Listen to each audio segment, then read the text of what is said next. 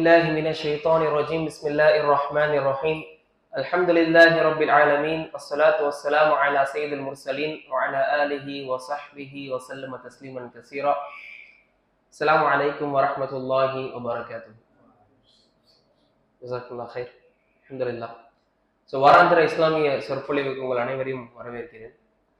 இந்த வார தலைப்பா நம்ம எதை எடுத்திருக்கிறோம் அப்படின்னா, lessons from the life of a great sahabi Ka'b ibn Malik radiyallahu anhu. Ka'b ibn Malik radiyallahu anhu அப்படின்னு அறியப்படக்கூடிய ஒரு மிகச்சிறந்த ஒரு நபி தோழர், அவருடைய வாழ்க்கை வரலாறும், குறிப்பா வரலாறு மட்டும் நம்ம பார்க்க போறது இல்லை, நமக்கான படிப்பினைகளும் அந்த வரலாற்றுடைய நிகழ்வுகளை நம்ம சேர்த்து பார்க்க போறோம். ஸோ முக்கியமா படிப்பினைகளை நம்ம அதிகமா கொஞ்சம் ஃபோக்கஸ் பண்ற மாதிரி இருக்கும் இன்ஷா அல்லாஹ். ஸோ இந்த நபர் கஅப் இப்னு மாலிக் ரலியல்லாஹு அன்ஹு அப்படின்னு சொல்லும் போது ஒரு சோகமான ஒரு தருணம், அவர் வாழ்க்கையில நடந்த ஒரு சோகமான ஒரு நிகழ்வு. எப்படி அவர் அந்த சோகமான ஒரு வருத்தமான அந்த நிகழ்வுல இருந்து மீண்டு வந்தாரு, மேலும் நமக்கு அதிகப்படியான படிப்பினைகள் இருக்கக்கூடிய ஒரு சம்பவமாக இதை நம்ம பார்க்க முடியும். So it's full loaded with lessons. அவ்வளவு படிப்பினைகள் இருக்கு. என்னால எல்லா படிப்பினைகளையும் கவர் பண்ண முடியுமான்னு கூட தெரியல, ஏன்னா அவ்வளவு படிப்பினைகள் இருக்கு. நான் சொல்லும் போதே நீங்களே படிப்பினைகளை எடுக்கிற அளவுக்கு அவருடைய வரலாறு அமைஞ்சிருக்கு. நான் வரலாறு சொல்லும் போது நீங்களே என்ன செஞ்சிருவீங்க, இதுல இருந்து இந்த படிப்பினைகள் இருக்குன்றத நீங்களே உங்களுடைய உள்ளத்துல ஓட ஆரம்பிச்சு. ஸோ அந்த அளவுக்கு முக்கியமான ஒரு வரலாறு. ஸோ இன்ஷால்லா நம்ம பார்ப்போம். இது வந்து ஒரே ஒரு ஹதீஸ் வரலாறு. இந்த மொத்த வரலாறும் ஒரே ஒரு ஹதீஸ்ல பதிவாயிருக்கு. ஸோ அந்த ஹதீஸை வந்து தி ஹதீஸ் ஆஃப் கஅப் இப்னு மாலிக் அப்படின்னு சொல்லுவாங்க. கஅப் இப்னு மாலிக் ரலியல்லாஹு அன்ஹு ஹதீஸ்னே பேர். ஒரே ஒரு ஹதீஸ், பெரிய ஹதீஸ், வரலாறு பெரிய ஹதீஸ். ஸோ அது என்னன்றதை நம்ம அப்படியே படிச்சுட்டு நம்ம படிப்பினையை ஒன்று ஒன்றா பார்ப்போம். யகூலு ஸல்லல்லாஹு அலைஹி வஸல்லம், ரசூலுல்லாஹி ஸல்லல்லாஹு அலைஹி வஸல்லம் சொன்னதாக அறிவிக்கப்படுது. ஸோ இந்த நரேஷன் வந்து புகாரில பதிவு செய்யப்பட்டிருக்கு. இந்த நரேஷனை யார் அறிவிக்கிறார் அப்படின்னா, கஅப் பின் மாலிக் ரலியல்லாஹு அன்ஹு அவர்களுடைய மகனுடைய மகன், பேரன் அறிவிக்கிறாரு. ஸோ அப்போ கஅப் பின் மாலிக் வயசாயிடுச்சு. ஸோ அப்போ வந்து அறிவிக்கிறாரு, அவருடைய வரலாறு அவரே அறிவிக்கிறார். ஸோ அப்போ ஸ்டார்ட் பண்ணுவோம் இந்த ஹதீஸை. لم أتخلف عن رسول الله صلى الله عليه وسلم في غزوة غزاها إلا في غزوة تبوك. நான் ரசூலுல்லாஹி ஸல்லல்லாஹு அலைஹி வஸல்லம் அவர்களோடு எந்த போர்லயுமே நான் வந்து மிஸ் பண்ணல, எந்த போர்லயுமே நான் பங்கு பெறாம இல்ல, எக்ஸப்ட் பேட்டில் ஆஃப் தபூக், தபூக்குடைய யுத்தத்தை தவிர. அதுல மட்டும் நான் என்ன செஞ்சிட்டேன், ரசூலுல்லாஹி ஸல்லல்லாஹு அலைஹி வஸல்லம் நான் கலந்துக்கல, மிஸ் பண்ணிட்டேன், அதை நான் தவற விட்டுட்டேன். மற்ற எல்லா போர்லயும் நான் கலந்துக்கிட்டேன். غير أني كنت تخلفت في غزوة بدر. நான் பத்ர்லயும் கலந்துக்கல. ولم يعاتب أحد تخلف عنها. ஆனா ரசூலுல்லாஹி ஸல்லல்லாஹு அலைஹி வஸல்லம் பத்ர்ல கலந்துக்காத யாரையுமே தண்டிக்கல, நீங்க ஏன் பத்ர்ல கலந்து கொள்ளல அப்படின்னு சொல்லிட்டு. ஏன் அப்படின்னு சொல்லும்போது அவரே சொல்றாரு, இன்னமா خرج ரசூலுல்லாஹி ஸல்லல்லாஹு அலைஹி வஸல்லம் يريد عير قريش. ஏன்னா ரசூலுல்லாஹி ஸல்லல்லாஹு அலைஹி வஸல்லம் பத்ருடைய களத்துக்கு போகும்போது போருன்னு நினைச்சே முதல்ல போல, அது போன நோக்கம் வேற இல்லையா. வரலாறு நம்ம படிக்கும் போது ஒரு வியாபார கூட்டத்தை மறிக்கணும்ன்ற நோக்கத்துல போனது அல்லாஹ் சுப்ஹானஹு வ தஆலா போராக மாற்றி கொடுத்தான். ஹத்தா ஜமா அல்லாஹு பைனஹும் வ பைன அதுவிஹிம் அலா கைரி மிஆத். ஆனா அல்லாஹ் சுப்ஹானஹு வ தஆலா என்ன செஞ்சான், முஸ்லிம்களை எதிரியை சந்திக்க வச்சான். அதனால ரசூலுல்லாஹி ஸல்லல்லாஹு அலைஹி வஸல்லம் யாரெல்லாம் பத்ருக்கு வரல என்ன செய்யல, தண்டிக்கல. ஏன் நீங்க பத்ருக்கு வரலன்னு சொல்லி தண்டனை வந்து எந்த எதுவும் கேள்வியும் தண்டனையோ குற்றத்தை வந்து பிடிக்கல ரசூலுல்லாஹி ஸல்லல்லாஹு அலைஹி வஸல்லம். وَلَقَدْ شَهِدْتُ مَعَ رَسُولِ اللَّهِ صَلَّى اللَّهُ عَلَيْهِ وسلم لَيْلَةَ الْعَقَبَةِ حِينَ تَوَثَّقْنَا عَلَى الْإِسْلَامِ وَمَا أُحِبُّ أَنَّ لِي بِهَا مَشْهَدَ بَدْرٍ وَإِنْ كَانَتْ بَدْرٌ أَذْكَرَ فِي النَّاسِ مِنْهَا. நான் ரசூலுல்லாஹி ஸல்லல்லாஹு அலைஹி வஸல்லம் அவர்களோடு அகபா உடன்படிக்கைன்னு நம்ம படிச்சிருப்போம் வரலாறு. லைலத்துல் அகபா, அகபா உடன்படிக்கையில நான் பங்கு பெற்றேன். நான் ஒருபோதும் பத்ர்ல பங்கு பெறாம நான் இருந்தல்ல, அதை வந்து நான் அக்கபால பங்கு பெறாம இருந்திருந்தா எனக்கு எவ்வளவு வருத்தம், பெரிய வருத்தம் அளிச்சிருக்கும். எனக்கு பத்ர்ல பங்கு பெறாத வருத்தத்தை விட அக்கபால பங்கு பெறாம இருந்திருந்தா எனக்கு இன்னும் நான் வருத்தம் அடைஞ்சிருப்பேன். அதனால பத்ரையும் அக்கபாவையும் ஒருபோதும் மாத்திக்கொள்ள மாட்டேன். நான் அக்கபால பங்கு பெற்றதை சிறப்பா தான் நான் பாக்குறேன். ஆனா மக்கள் அநேகமா எதை அதிகமா நினைவு கூறுறாங்கன்னா பத்ரை தான் அதிகமா நினைவு கூறுறாங்க. ஆனா நான் வந்து அக்கபாவையும் ஒரு சிறந்த ஒரு நிகழ்வாக நான் பாக்குறேன் அப்படின்னு சொல்லிட்டு காபின் மாலிக் அறிவிக்கிறாங்க. ஏன் அக்கபா சிறந்த நிகழ்வுனா, அக்கபா உடன்படிக்கை தான் ரசூலுல்லாஹி ஸல்லல்லாஹு அலைஹி வஸல்லம் மக்கால இருந்து மதீனாக்கு ஹிஜ்ரத் செஞ்சு போறதுக்கான அடித்தளம் போட்ட ஒரு நிகழ்வு. பையத்துல் அக்கபா ஊலா, பையத்துல் அக்கபா சானியா, 2 உடன்படிக்கை நடந்தது.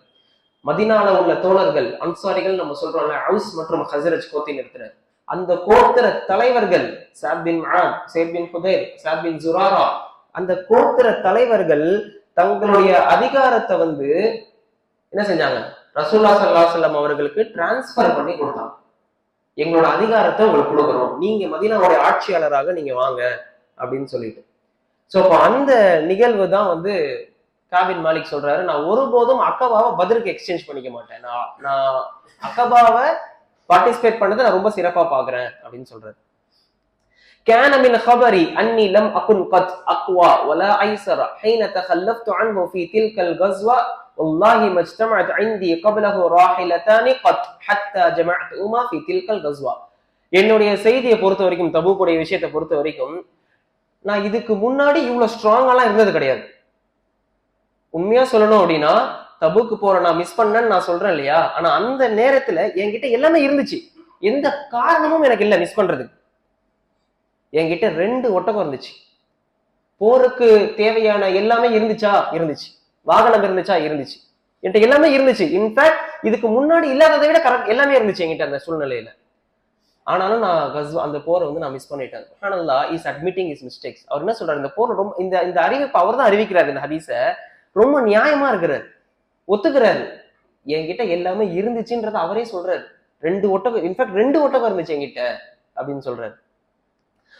وَلَمْ يَكُنْ رَسُولُ اللَّهِ صَلَّى اللَّهُ عَلَيْهِ وسلم يريد غزوة إلا ورى بغيرها حتى كانت تلك الغزوة غزاها رسول الله صلى الله عليه وسلم حر شديد واستقبل سفرا بعيدا ومفازا وعدوا كثيرا وجلى للمسلمين أمرهم ليتأهبوا أهبة غزوهم فأخبرهم بوجه الذي يريد. ரசூலுல்லாஹி ஸல்லல்லாஹு அலைஹி வஸல்லம் எப்பவுமே போருக்கு போறாங்க அப்படின்னா, ஒரு போரை ரசூலுல்லாஹி ஸல்லல்லாஹு அலைஹி வஸல்லம் கூட்டிட்டு போறாங்க, ஒரு போரை அறிவிக்கிறாங்க அப்படின்னா, இஸ்லாமிய அரசு ரசூலுல்லாஹி ஸல்லல்லாஹு அலைஹி வஸல்லம் ஆட்சியாளர். இப்போ யோசிச்சுக்கணும், போர்னா ரசூலுல்லாஹி ஸல்லல்லாஹு அலைஹி வஸல்லம் ஒரு அரசாங்கம் இருக்கு, இஸ்லாமிய அரசுன்னு ஒண்ணு இருக்கு, அதோட ஆட்சியாளரா ரசூலுல்லாஹி ஸல்லல்லாஹு அலைஹி வஸல்லம் இருக்கிறாங்க. போர்ன்றது இஸ்லாமிய அரசுடைய வெளியுறவு கொள்கை. இன்னைக்கு எப்படி அமெரிக்கா போர் செய்தல, பிரிட்டிஷ் போர் செஞ்சுச்சுல, காலனி ஆதிக்கம் அவங்க செஞ்சாங்கல்ல ஒவ்வொரு நாட்டையும் கைப்பற்றி, அது மாதிரி இஸ்லாமிய அரசு அந்த நாட்டுடைய வளங்களையோ அந்த நாட்டை கைப்பற்றணும், வளங்களை சூறையாடணும்ன்றதுக்காக போர் செய்யல. இஸ்லாமிய மார்க்கத்தை அந்த மக்களுக்கு எடுத்துட்டு போய் நடைமுறைப்படுத்தணும், அவர்களுடைய அநீதமான வாழ்க்கையிலிருந்து நீதித்தின் பக்கம் மக்களை விடுவிக்கணும்ன்றதுக்காக இஸ்லாம் ஜிஹாத சொல்லுச்சு. சோ இப்ப அந்த அடிப்படை ரசூலுல்லாஹி ஸல்லல்லாஹு அலைஹி வஸல்லம் அந்த போரை செய்யும் பொழுது, பொதுவா போர் மேற்கொள்ளும் பொழுது போருக்கான இடத்தை அறிவிக்க மாட்டாங்க. நம்ம எந்த இடத்துக்கு போறோம், எவ்வளவு தூரம், ஏன்னா எதிரிகளை சர்ப்ரைஸா போய் அட்டாக் பண்ணணும், தெரிஞ்சிடக்கூடாது, செய்தி இதாயிடக்கூடாது, லீக் ஆயிடக்கூடாதுன்னு ரொம்ப கேர்ஃபுல்லா இருப்பாங்க. ஒரு அரசாங்கமா, ஒரு ஆட்சி தலைவரா, ஒரு ராணுவ தளபதியா ரசூலுல்லாஹி ஸல்லல்லாஹு அலைஹி வஸல்லம் ரொம்ப ஷார்ப்பா இருப்பாங்க. நம்ம ரசூலுல்லாஹி ஸல்லல்லாஹு அலைஹி வஸல்லம் வெறும் ஆன்மீக தலைவரை மட்டும் பார்க்கவே கூடாது. தொழுகைக்கு, நோன்புக்கு, இதுக்கு மட்டும் அவங்க முன்மாதிரி கிடையாது. அதுக்கும் முன்மாதிரி, எதுக்கும் சேர்த்து முன்மாதிரி.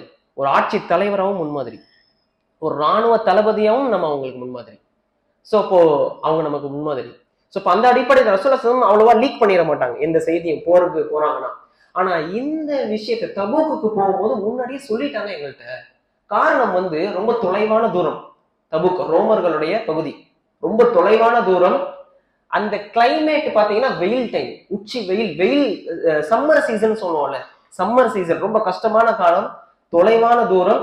எதிரிகளும் யாரு, அரபி குறைஷிகள் மாதிரி கிடையாது, ரோமர்களுடைய பார்டர், ரோமர்கள் எதிரி, பெரிய பேரரசு சந்திக்க போறோம். ஸோ பெரிய எனிமி, ரொம்ப தூரம், லாங் டிஸ்டன்ஸு, எனிமியும் ரொம்ப கஷ்டமான எதிரிகள், லாங் டிஸ்டன்ஸு, சம்மர் சீசன்.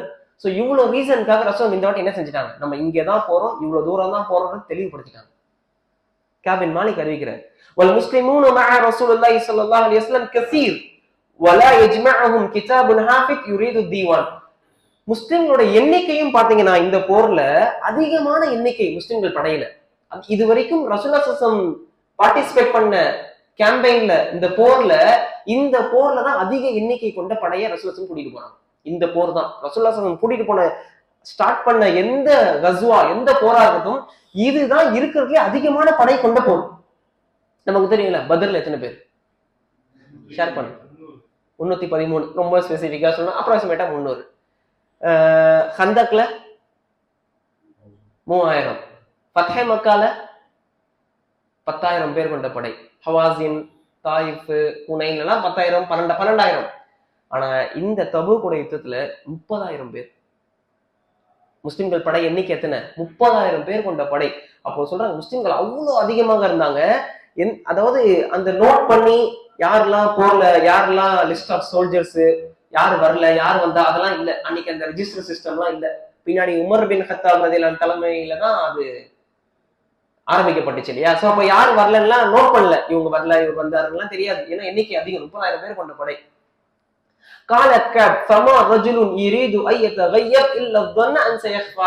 யாரெல்லாம் வராம இருந்தாங்களோ அவங்க என்ன ஆகாது, ரசூலுல்லாஹ் தெரியாது இவர் வரலன்னு தெரியாது. ரசூலுல்லாஹ் கண்டுபிடிக்க முடியும். அவ்வளவு கூட்டம் 30,000 பேர் கொண்ட படை, தெரியாது ரசூலுல்லாஹ் யார் வரலன்னு. மாலம் யன்சில் ஃபீஹி வஹ்யும் மினல்லாஹ், அல்லாஹ்வுடைய வஹி வந்து அறிவிச்சுச்சுன்னா மட்டும்தான் தெரியும் இவங்க வரலன்னு அறிவிக்கிறார். وغزا رسول الله صلى الله عليه وسلم تلك الغزوة حين طابت الثمار والظلال. ரொம்ப முக்கியமான ஸ்டேட்மெண்ட் அபின் மாலிக் அறிவிக்கிறாரு. அந்த டைம் எப்படிப்பட்ட நேரம், இந்த போருக்காக அழைப்பு விடுக்கப்பட்ட போது அது எப்படிப்பட்ட நேரமா இருந்துச்சுன்னா அறுவடை செய்யக்கூடிய காலமாக அது எங்களுக்கு இருந்துச்சு. இத்தனை மாசம் கஷ்டப்பட்டு நாங்க வந்து விவசாயம் செஞ்சிருக்கிறோம். இப்பதான் என்ன செய்ய போறோம்? Fruits are ripened. இப்பதான் பழங்கள்லாம் பழுத்து அறுவடை செய்யற டைம். இந்த டைம்ல இதை செய்யாம விட்டுட்டு போயிட்டா இவ்வளவு மாசம் நம்ம எஃபர்ட் போட்டதெல்லாம் என்ன ஆயிடும்? எடுக்க முடியாது, ஈல்டு எடுக்க முடியாது. அடுத்து என்ன ஆகும், ரிஸ்க் என்ன ஆகும், ஏகப்பட்ட யோசனை வரும் இல்ல. பொதுவா இப்போ ஒன்றும் இல்லை, வியாபாரம் பண்றோம், ஒரு ஃபெஸ்டிவல் சீசன், பண்டிகை காலத்துலதான் வியாபாரம் நடக்கும். அப்போ உங்களுக்கு முக்கியமான ஒரு இஸ்லாமிய அழைப்பு பண்ணி ஒரு முக்கியமான இஸ்லாத்தின் காரணத்துக்காக நீங்க அதை விடணும்னு வருது. அப்போ எப்படி இருக்கும் மைண்டு? இந்த டைம்ல கடையை சாத்திட்டு வியாபாரத்தை க்ளோஸ் பண்ணிட்டு இன்னைக்கு கம்பெனிக்கு வந்தா போனஸ் அப்படின்னு சொல்றாங்க. இன்னைக்கு லீவ் போட்டா நாங்க இவ்வளவு உங்க சம்பளத்துல இருந்து பிடிச்சிருவோம்னு சொல்றாங்க. இந்த நேரத்துல நீங்க லீவ் போட்டா, ஆனா ஜும்மாவோட டைம். உதாரணம் சொல்றேன், புரிஞ்சுக்க, நீங்க கனெக்ட் பண்ணிக்கோங்க, வேற உதாரணங்களை கனெக்ட் பண்ணிக்கோங்க.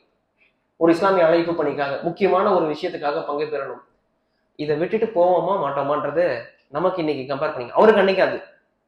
ஏன்னா வரலாறு வந்து சும்மா வரலாற சொல்லிட்டு போறது அர்த்தம் இல்லை. அது சும்மா கேட்டுட்டு பெட் டைம் ஸ்டோரி ஆயிடும். நம்மளுடைய சிச்சுவேஷனை கம்பேர் பண்ணிக்கணும் அங்கங்க. ஸோ அதுக்குதான் வரலாறு நம்ம படிக்கிறோம். அல்லாஹ் நபிமாரோட வரலாறு சொல்லும் போது கூட we relate to you these stories. நாம உங்களுக்கு பழைய நபிமாரோட வரலாறு அறிவிக்கிறோம். எதுக்கு? perhaps it may reflect, அது உங்கள்ட்ட பிரதிபலிக்கணும்னு தானே அறிவிக்கிறோம்னு சொல்றாங்க. ஸோ அப்போ அது அறுவடைக்கான காலமாக அது இருந்துச்சு அப்படின்னு அவர் சொல்றாரு. وتجهز رسول الله صلى الله عليه وسلم والمسلمون معه فطفقت أغدو لكي أتجهز معهم فأرجع ولم أقضي شيئا فأقول في نفسي أنا قادر عليه. அல்லாஹ்வுடைய தூதர் ஸல்லல்லாஹு அலைஹி வஸல்லம் இந்த போருக்கு அழைப்பு விடும் போது எல்லா சஹாபாக்களும் எல்லாரும் ஸ்டார்ட் ஆகி ரெடி பண்ணிட்டு அவங்களுடைய வாகனம், குதிரையோ ஒட்டகமோ எல்லாத்தையும் எடுத்துட்டு கிளம்ப ஆரம்பிச்சுட்டாங்க. நான் வந்து சரி போய் ப்ரிப்பேர் பண்ணிக்கலாம், சரி இப்போ போய்க்கலாம், அப்போ போய்க்கலாம் அப்படின்னு நான் யோசிச்சுக்கிட்டே இருப்பேன்.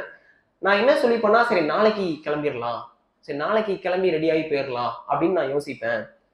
ப்ரொகாஸ்டினேஷன், தள்ளி போடுறது.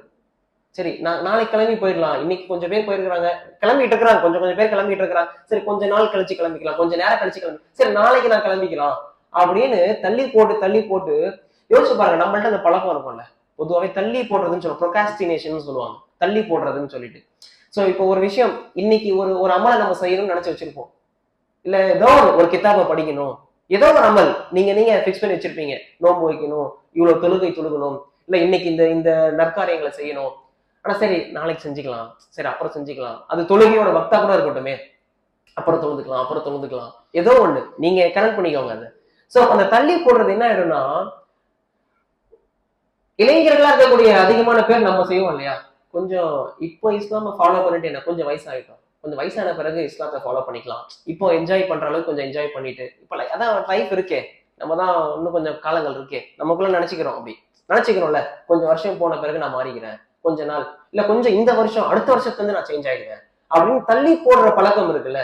இது வந்து எப்படின்னா நஃப்ஸை வந்து நீங்க வந்து ஒழுங்கா ட்ரெயின் பண்ணலைன்னா அந்த நஃப்ஸே நமக்கு ஒரு மோசமான எதிரி ஆயிடும். தள்ளி போட்டு கடைசியா என்ன ஆயிடும்னா நீங்க அந்த விஷயத்த செய்யாமே போயிடுவீங்க.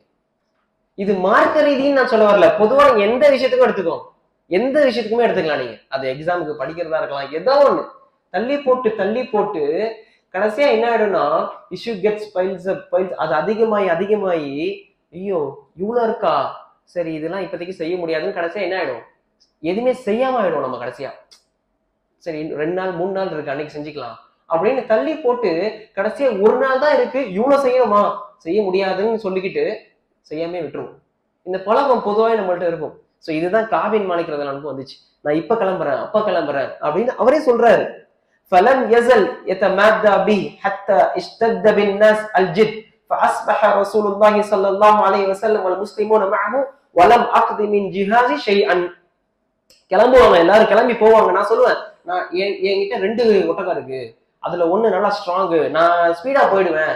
அவரே சொல்லிக்கிறாரு அவருக்குள்ள, சரி நாளைக்கு கிளம்பிடுறேன், கொஞ்ச நேரம் கழிச்சு கிளம்பிடுறேன், நான் போய் சேர்ந்துருவேன், எப்படியாச்சும் லேட் ஆனாலும் நான் போய் பிடிச்சிடுவேன் அப்படின்னு சொல்லிட்டு நான் சொல்றேன் அப்படின்னு எனக்குள்ள நான் சொல்லிக்கிட்டேன் அப்படின்னு சொல்றாரு. யோசிச்சு பாருங்க, இது நம்ம கனெக்ட் பண்ணிக்கணும். ஏன் அப்படின்னா பொதுவா இன்னைக்கு வந்து நம்மளுடைய நண்பர்கள் சில பேர் இருப்பாங்க. அவர்கள் வந்து நம்ம திடீர்னு பார்ப்போம், நம்மளோட ஒன்னா இருந்திருப்பாங்க, நம்மளோட ஒன்னா சினிமாவுக்கு வந்திருப்பாங்க, சுத்திக்கிட்டு இருந்திருப்பாங்க, ஆரமான விஷயத்த நம்ம செஞ்சுட்டு இருப்போம், நல்லா பாதுகாப்பு முன்னாடி செஞ்சிருப்போம். ஆனா திடீர்னு நம்மள ஒரு குழுவினர் வந்து அப்படியே மாற்றம் அடைஞ்சு போயிருப்பாங்க. ஒரு கேங் நம்மளே நம்மளோட சுத்து வட்டாரத்திலே திடீர்னு மாறி இருப்பாரு. அவர் பார்த்துட்டு நம்ம என்னடா திடீர்னு என் கூட தான் இருந்தாரு, திடீர்னு இப்படி மாறிட்டாரு, திடீர்னு தொழுவ ஆரம்பிச்சிட்டாரு, நோன்பு வைக்க ஆரம்பிச்சிட்டாரு, தொழுகை கரெக்டா ஃபாலோ பண்றாரு, பயானுக்கு அட்டன் பண்றாரு, சரி நம்மளும் மாறணும், சரி நம்ம இவன் இப்ப மாறிட்டான், நம்ம கொஞ்ச நாள் கழிச்சு மாறிக்கலாம், கொஞ்சம் வருஷம் கழிச்சு மாறிக்கலாம் இப்படின்னு நம்ம சொல்லிக்கிட்டு இருப்போம். ஏதோ ஒண்ணு. ஸோ கொஞ்சம் அந்த தள்ளி போடுறதுன்ற விஷயம் வந்து சரி அப்புறம் மாறிக்கலாம். அதே மாதிரி நிறைய விஷயம் நீங்க நிறைய உதாரணங்கள் எடுத்துக்கலாம். இன்னைக்கு வந்து இஸ்லாமிய அழைப்பு பணிக்கான தேவை அதிகமா இருக்கு, கரெக்டா இல்லையா? இஸ்லாத்தை தீவிரவாதத்தோடு, பயங்கரவாதத்தோடு, அடிப்படைவாதத்தோடு தொடர்பு படுத்தி காட்டப்படுதா இல்லையா? இஸ்லாம் முஸ்லிம்கள் தீவிரவாதிகள், இஸ்லாம் பயங்கரவாதம், அடிப்படைவாதம் அப்படின்னு பிரச்சனைக்குரிய ஒரு மார்க்கம் காட்டப்படுதா இல்லையா? இது யதார்த்தமா இல்லையா இன்னைக்கு? அப்போ இந்த சூழல்ல இஸ்லாத்தை சரியான வடிவுல, இஸ்லாம் பயங்கரவாதமோ தீவிரவாதமோ அடிப்படைவாதமோ இல்ல, இஸ்லாம் தெளிவான மார்க்கம், பிரச்சனைகளுக்கான தீர்வு வைத்துள்ள மார்க்கம், அனைத்து பிரச்சனைகளுக்கும் தீர்வு இருக்கு இஸ்லாத்துல. இஸ்லாம் பிரச்சனை இல்ல, முஸ்லிம் அல்லாதவர்களும் இஸ்லாம் நீதத்தை கொடுக்கக்கூடிய ஒரு வாழ்க்கை வழிமுறை அப்படின்ற அழைப்பு பணி செய்யக்கூடிய தேவை இன்னைக்கு இருக்கா இல்லையா? கண்டிப்பா இருக்கு. அந்த தேவையை பூர்த்தி செய்யக்கூடிய மக்கள் இருக்கிறாங்க. அவங்களோட நம்ம சேர்றோமா இல்லையா? தாவா பண்ணணும்னா நிறைய படிக்கணும். இப்ப எனக்கு வேலைக்கு போயிட்டு வர்றதுக்கே டைம் இல்லை, படிக்கிறதுக்கே டைம் இல்லை. எங்க நான் படிச்சு தாவா பண்ணி சரி கொஞ்ச நாள் ஆகட்டும், இல்ல வேற கம்பெனி போன பிறகு இதுக்குன்னு டைம் செட் ஆகிற மாதிரி ஒரு கம்பெனி கிடைக்கட்டும், அப்ப நான் தாவா பண்ணிக்கிறேன்.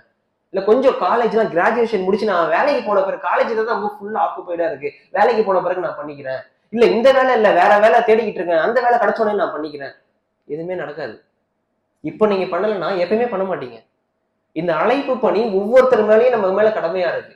இன்னைக்கு நான் சொல்றது, இன்னைக்கு கரண்ட் டேல இஸ்லாம் தாக்கப்படுதுன்னு சொல்லும் போது முஸ்லிம்களாக நம்ம தான் இஸ்லாத்தை டிஃபெண்ட் பண்ணணும், வேற யார் டிஃபெண்ட் பண்ண போறா?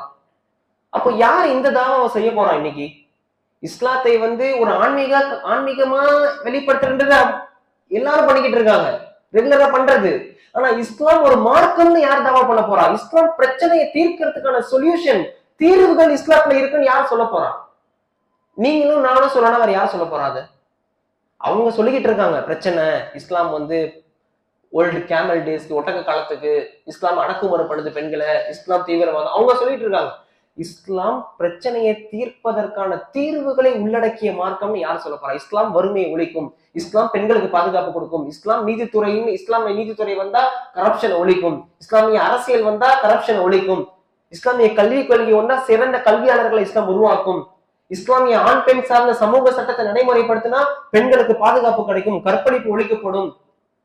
இதெல்லாம் யார் அழைப்பு பண்ணி செய்ய போறா? இந்த தாவாவை யார் செய்ய போறா?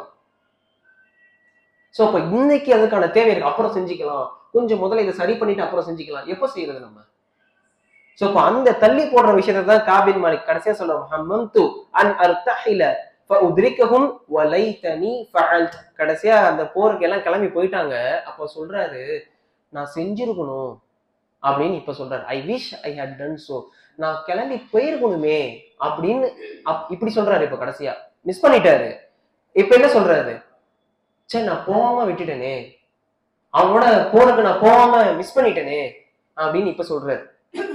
இது காபின் மாலிக் ரலியல்லாஹு துனியால இப்ப சொல்றாரு. நம்மள நிறைய பேர் மறுமையில போய் சொல்லிட்டு இருப்போம், என்னன்னு, இந்த அமலை செய்யாம விட்டுட்டேனே, தொழுகாம விட்டுட்டேனே. அல்லாஹ் சுப்ஹானஹு வ தஆலா இஸ்லாமிய கடமைகளை செய்த சரியான முஸ்லிம்களுக்கும் அழைப்பு பணியை செய்த முஸ்லிம்களுக்கு ஒரு தரஜா கொடுப்பாங்க மறுமையில. அவங்களெல்லாம் தனியா நிக்க வச்சு, இவர்கள்லாம் என்னோட அடியார்கள், என் கடமையை செஞ்சாங்க, நான் சொன்ன கட்டளைகளை ஃபாலோ பண்ணாங்க, இஸ்லாத்தோட அழைப்பு பணியை செஞ்சாங்க, காலத்துக்கு ஏற்ப நீர் என்னவோ அதை கரெக்டா செஞ்சாங்க, அதற்கு என்ன பிரச்சனை வந்தாலும் அதை செஞ்சாங்க அப்படின்ற மக்கள் அல்லாஹ் தனிமைப்படுத்தி காட்டுவான மாட்டாங்க மறுமையில எல்லாரும் முன்னாடியும்.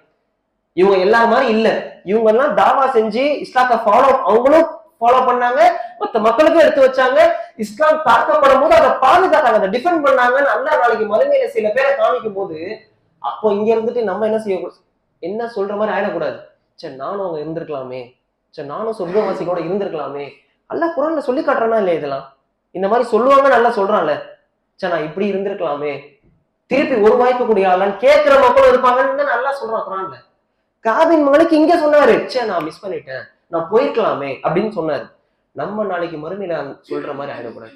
சரி நான் அந்த மக்களோட நான் இருந்திருக்கலாமே, சரி என்னைய கூப்பிட்டாங்களே, சில சகோதரர் அழைப்பு கொடுத்தாங்களே, நீ தொழுவுப்பான்னு சொன்னாங்களே, நீ தாவா பண்ணப்பான்னு சொன்னாங்களே, அப்பெல்லாம் நான் கேட்காம விட்டுட்டேனே அப்படின்னு என்ன செய்யக்கூடாது, அங்க சொல்ற மாதிரி நம்ம ஆயிடக்கூடாது. அதுதான் காபின் மாலிக் சொன்னா, மிஸ் பண்ணிட்டேனேன்னு சொல்றாரு. தனி நான் செஞ்சிருக்க கூடாது, நான் போயிருக்க கூடாதா அப்படின்னு அவரே கேட்டுக்கிறாரு. ஆனா அது நான் போகாம விட்டுட்டேன் அப்படின்னு சொல்லிட்டு அடுத்து சொல்றாரு.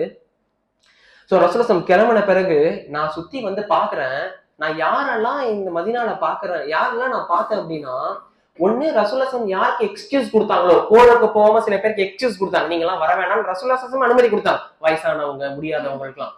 ஒண்ணு அந்த மாதிரி நபர்களை நான் பார்த்தேன் மதீனால. இன்னொன்னு யார பார்த்தேன்னா, யாரெல்லாம் எங்களுக்கு சில பேர் முனாஃபிகீன்கள்னு நாங்க நினைச்சு வச்சிருந்திருப்போம்ல, இவருங்கெல்லாம் முனாஃபிக்கின் அடையாளத்தை இருக்கிறவன், அந்த மாதிரி நபர்களை தான் நான் பார்த்தேன். இப்ப இவருக்கு என்ன ஆயிடுச்சு, நான் மதீனால இப்ப பாக்குற நபர்கள் எல்லாரும் கிளம்பி போயிட்டாங்க போருக்கு, இல்ல சஹாபாக்களும். இப்ப மதீனால நான் இருக்கும் போது நான் யார பார்த்தேன்னா, எங்களுக்கு சில பேர் முனாஃபிக்கின்னு சில அடையாளங்கள் இருக்கும்ல, ஒண்ணு அந்த மாதிரி நபர்களை பார்த்தேன், இல்ல ரசூலுல்லாஹ் ஸல்லல்லாஹு அலைஹி வஸல்லம் யாருக்கெல்லாம் அனுமதி கொடுத்து இருந்தாங்களோ போருக்கு நீங்க வர வேணான்னு, அந்த மாதிரி நபர்களை பார்த்தேன். இப்ப இவருக்கு என்ன ஆயிடுச்சு, என்ன ஃபீலிங் வந்துருச்சு, என்னடா இது, நம்ம யாரோட இருக்கிறோம், எப்படி ஃபீலிங் ஆயிருக்கும் அவருக்கு. அப்போ அவர் அறிவிக்கிறார், அவரே சொல்றாரு அவரோட நரேஷனை. وقال وهم جالس في القوم بتبوك ما فعلك. போர் கிளம்பி போயிட்டாங்க, போர் படையில ரசூலுல்லாஹ் ஸல்லல்லாஹு அலைஹி வஸல்லம் கேக்குறாங்க, அந்த போர் கிளம்பி போயிடுச்சு இல்லையா, தபூக் நோக்கி போயிட்டு இருக்கு, அந்த படையில ரசூலுல்லாஹ் தலைமை தாங்கி போறாங்க. அப்போ ரசூலுல்லாஹ் ஸல்லல்லாஹு அலைஹி வஸல்லம் அந்த மக்களோட இருக்கும்போது ரசூலுல்லாஹ் ஸல்லல்லாஹு அலைஹி வஸல்லம் கேட்டாங்களாம், மா ஃபஅலக, கேப் என்னாச்சு, கேப் எங்க? சுப்ஹானல்லாஹ், அவ்வளவு 1000-30,000 பேர்ல ரசூலுல்லாஹ் ஸ்பெசிபிக்கா கேப் எங்கன்னு கேக்குறாங்கன்னா, அப்ப அவர் எவ்வளவு சிறப்பு குறைவரா இருந்தா அவர் பேரை சொல்லி கேட்கணும். ஆக்சுவலா 30,000 பேர்ல தெரிஞ்சிருக்க கூடாது தானே, ஆனா ரசூலுல்லாஹ் பின் பாயிண்ட் பண்ணி அவர் பேரை சொல்லி கேட்கறாங்கன்னா, அப்ப ஒரு சாதாரண சஹாபியா, சாதாரண நபரா இருந்திருந்தா கேட்டிருப்பாங்களா? ஸ்பெசிபிக். அப்பனா இதுக்கு முன்னாடி எல்லாத்துலயும் ரெகுலரா இருந்தவர். ஒன்னும் இல்ல, ரெகுலரா தொழுகு வரும், திடீர்னு ஒரு நாள் தொழுகு வரலன்னா, உங்களுடைய தொழுகை மேட், உங்களுடைய சலா மேட் இருப்பார்ல, எப்படி காலேஜ் மேட், நெய்பர்ஸ், அந்த மாதிரி சலா மேட்ஸ் இருப்பாங்கல்ல. ஒரு மஸ்ஜித்ல ரெகுலரா தொழுக போறோம்னா நமக்குன்னு ஒரே முசல்லி, ஒரே முஹல்லா, நாங்க ஒன்னா தொழுவோம். அவருக்கு அந்த கேள்வி வரல, என்ன இன்னைக்கு வரலையே நம்ம நண்பரு, அது மாதிரி ஒரு உதாரணம். என்ன இன்னைக்கு வரலையே இவரு, ரெகுலரா வாரம் பயணம், இங்கேயே நீங்க கேட்டுக்கலாம், ரெகுலரா வாரம் பயனுக்கு வரவங்க நீங்க இருக்கிறீங்க, திடீர்னு ஒருத்தர் வரலன்னா உங்களுக்கே தோணல, என்ன அவர் வரலையே அப்படின்னு சொல்லிட்டு கேட்பாங்கல்ல, கேட்கறது தோணும்ல, இன்னும் யோசிக்க வச்சு செய்வீங்கல்ல. அது மாதிரி ரசூலுல்லாஹ் கேக்குறாங்க, மா ஃபஅல கேப் எங்கன்னு கேக்குறாங்க. அப்போ ஃபகால ரஜுலும் மின் பனி சலமா, அவருடைய கோத்திரம் ஹஸ்ரஜ், மதீனால உள்ள கோத்திரம் பனி சலமா கோத்திரத்தை சார்ந்த ஒரு நபர் சொல்றாரு, ஃபகால ரஜுலும் மின் பனி சலமா யா ரசூலல்லாஹ் ஹபஸஹு புர்தாஹு வ நதரஹு ஃபீ அத்விஹி. சுப்ஹானல்லாஹ், such a degrading, humiliating statement. என்ன தெரியுமா சொன்னார் அவரு, கூட இருந்த அந்த சஹாபி அவருடைய ஓன் கோத்திரம். அவர் சொல்றாரு, யார் ரசூலல்லாஹ், அவரு தன்னுடைய 2 ஆடைகள் ட்ரெஸ் இருக்குல்ல, அந்த ட்ரெஸ்ஸை பார்த்துட்டு அழகு பார்த்துட்டு வீட்டுல உட்காந்துக்கிட்டு இருக்கிறாருன்னு சொல்றாரு. எவ்வளவு இது என்ன ஸ்டேட்மெண்ட், இது என்னது இது? அவரை அசிங்கப்படுத்துற மாதிரி ஒரு ஸ்டேட்மெண்ட் இது. யார் ரசூலுல்லாஹ் ஏன் காப் வரல, கேப் எங்கன்னு கேக்குறாங்க. அதுக்கு இவர் சொல்றாரு, யார் ரசூலுல்லாஹ் அவர் 2 ட்ரெஸ்ஸை வச்சுட்டு வீட்டுல அழகு பார்த்துட்டு இருக்கிறாரு யார் ரசூலுல்லாஹ். அவர் சொன்ன பதில், அவருடைய கோத்திரத்துல இருந்து இன்னொரு நபர், இன்னொரு சாபி சொன்ன பதில் கிட்டத்தட்ட பெண்களுடைய செயல் மாதிரி. அது யார் ரசூலுல்லாஹ் வீரம் ஆண் இல்ல, பெண்கள் தானே ஆடையை வச்சு அழகு பார்த்துக்கிட்டு இருக்கக்கூடிய ஒரு பழக்கம், அந்த மாதிரி சொல்றாரு அவர். அதற்கு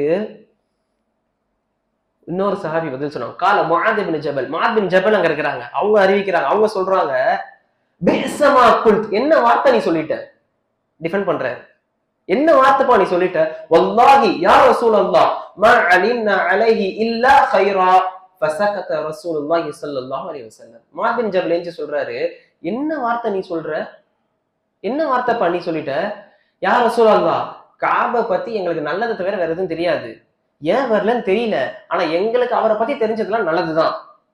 ரசூலுல்லாஹ் ஸல்லல்லாஹு அலைஹி வஸல்லம் அவரு சொன்னதுக்கும் சைலண்டா இருந்தாங்க, இவரு சொன்னதுக்கும் சைலண்டா இருக்காங்க. when ரசூலுல்லாஹ் ஸல்லல்லாஹு அலைஹி வஸல்லம் was silent, what is the meaning? ரசூலுல்லாஹ் அமைதியா இருந்தாங்கன்னா என்ன அர்த்தம்? அதை ரெண்டையுமே ஒப்புக்கொள்கிறாங்கன்னு அர்த்தம், தக்ரீர் பண்றாங்கன்னு அர்த்தம், அக்செப்ட் பண்ணிக்கிறாங்கன்னு அர்த்தம். சுப்ஹானல்லாஹ். இன்னொரு சஹாபி டிஃபெண்ட் பண்றாரு, ஏன் வரலன்னா நல்ல ஒப்பீனியன் வச்சிருக்கிறாரு, அவரை பத்தி எங்களுக்கு தெரிஞ்சது நல்லதுதான், ஏன் வரலன்னு தெரியல. ஆனா ரசூலுல்லாஹ் அவர் சொன்னதையும் என்ன செய்யல, ஏன் இப்படி சொல்றீங்கன்னு ரசூலுல்லாஹ் கேட்கல. இதை கேட்டது வேற ஒரு சஹாபி தான். ரசூலுல்லாஹ் was silent, he was agreeing. அவருடைய கருத்தை அதை சொல்றாரு, இவருடைய கருத்தை இவர் இதை சொல்றாரு கேப் பின் மாலிக்கை பத்தி. சுப்ஹானல்லாஹ். கேப் யாரு? அக்கபால இருந்தாரு, உஹதுல இருந்தாரு, கந்தக்ல இருந்தாரு, ஃபத்ஹ் மக்கால இருந்தாரு, உனைன்ல இருந்தாரு, சகீஃப்ல இருந்தாரு, எல்லா விஷயம், ஹுதைபியால இருந்தாரு, எல்லாத்துலயும் இருந்தாரு. எதுல மட்டும்தான் இல்ல, தபூக்ல மட்டும்தான் இல்ல. அவரை பத்தியே இப்படிப்பட்ட ஒரு ஸ்டேட்மெண்ட் அவருடைய கோத்திரத்தை சார்ந்த ஒரு நபர் சொல்றாரு. ஆனா இப்போ இந்த மாதிரி நபரை பார்த்து, இந்த மாதிரி நபரை பத்தியுமே இப்படி இவர் சொல்றாருன்னா, அந்த நபரை காபின் மாலிக்கை பத்தி இப்படி சொல்ல வச்சது எது? ஏன் இப்படி சொன்னார் அந்த நபர்? காபின் மாலிக் வந்திருந்தா அப்படி சொல்லியிருப்பாரா? சிம்பிள், யதார்த்தமா பேசும். காபின் மாலிக் வந்திருந்தாருன்னா இவரை பத்தி இந்த நபர் இப்படி சொல்லியிருப்பாரா? அப்போ இந்த நபர் இதை சொல்றதுக்கான காரணம் யார் இங்க? முதல்ல காபின் மாலிக் தான் காரணம். வந்திருந்தா சொல்லியிருக்க மாட்டாரு. காபின் மாலிக் வராததுதான் காரணம் இவரு காபின் மாலிக்கை பத்தி இப்படி சொன்னதுக்கு. சோ இப்போ ஃபர்ஸ்ட் ரீசன் காபு தான். இந்த ஸ்டேட்மெண்ட் உங்களை பத்தி இப்படி சொன்னாலும் நீங்க தான் அதுக்கு காரணம், நீங்க வராம இருந்ததுதான் காரணம், வந்திருந்தா சொல்லியிருக்க மாட்டாரு. சோ அதுதான் இங்க எந்த அளவுக்கு பாருங்க. கால கப் இப்னு மாலிக் ஃபலமா பலகனி அன்னஹு தவஜ்ஜத காஃபிலன். காபின் மாலிக் சொல்றாரு, ரசூலுல்லாஹ் ஸல்லல்லாஹு அலைஹி வஸல்லம் மதீனாவை நோக்கி வரும்பொழுது எனக்கு உள்ளுக்குள்ள ஓடுது, எப்படி நான் ரசூலுல்லாஹ் நாளைக்கு கேட்டாங்கன்னா ஏன்பா வரணும்னு கேட்டா நான் என்ன பதில் சொல்றது எனக்கு தெரியலையே அப்படின்னு எனக்குள்ள ஓடிக்கிட்டு இருக்கு அப்படின்னு சொல்றாரு. சோ அப்ப ரசூலுல்லாஹ் அடுத்து அவர் அறிவிக்கிறாரு, நான் கடைசியா உண்மையா சொல்லிடணும்னு முடிவு பண்ணிட்டேன் அப்படின்னு சொல்லிட்டு சொல்றாரு. என்ன ஆனாலும் பரவாயில்ல, சரி கடைசியா நம்ம உண்மையே சொல்லிடலாம் அப்படின்னு சொல்லிட்டு நான் எனக்குள்ள ரசூலுல்லாஹ் கேட்டாங்கன்னா உண்மையை தான் சொல்லணும் அப்படின்னு சொல்லிட்டு நான் ஃபிக்ஸ் பண்ணிட்டேன் அப்படின்னு சொல்லிட்டு சொல்றாரு.